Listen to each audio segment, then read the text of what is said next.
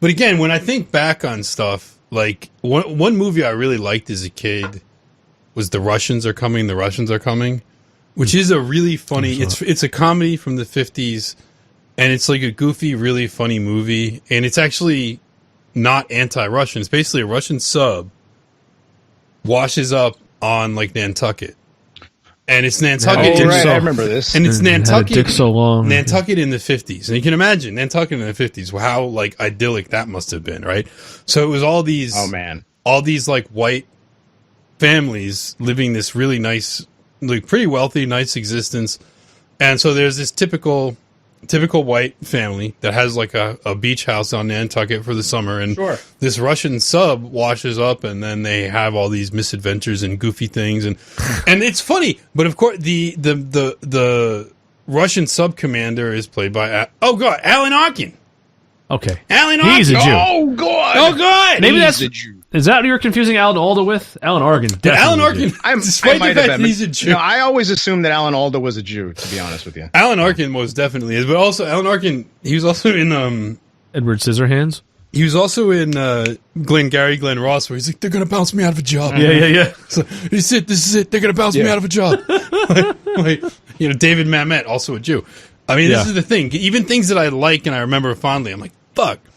But this movie was actually really funny and goofy, and it was kind of good because it was about, like, Americans and Russians don't really have anything to fight over. That was the message of the movie. Well, of course it was. And of course in fact, America in should the surrender. 1950s, when Jews were making the Soviet Union not to be so threatening. But the thing is, it wasn't a bad message, because there really wasn't. There was no reason for the United States and the Soviet Union to, like, fight. But they made the Soviets out to be super sympathetic, and then the Americans to be all stupid and goofy. And then, of course, on Nantucket, on this little town, there were all these veterans. There were all these old military guys, and they heard a Russian sub has landed. So they put together like this little platoon, or this little old dudes, and they've all put on their old their uniforms from when they used to be in the army, and they go out to like fight the Russians, and it's like this goofy thing, but it's like heartwarming and fun, and it's like it's really wholesome compared to movies today. Yeah, it's like you would totally let your kids watch this. There were no tits in it. No. Wow. But it's also like it's funny and goofy and heartwarming, and you would never let your... Are there tits in movies nowadays?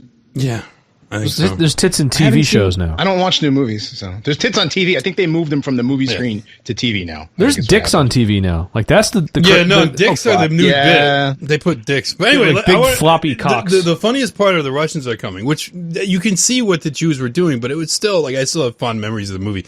Maybe people that are listening will also have seen this and remember the movie.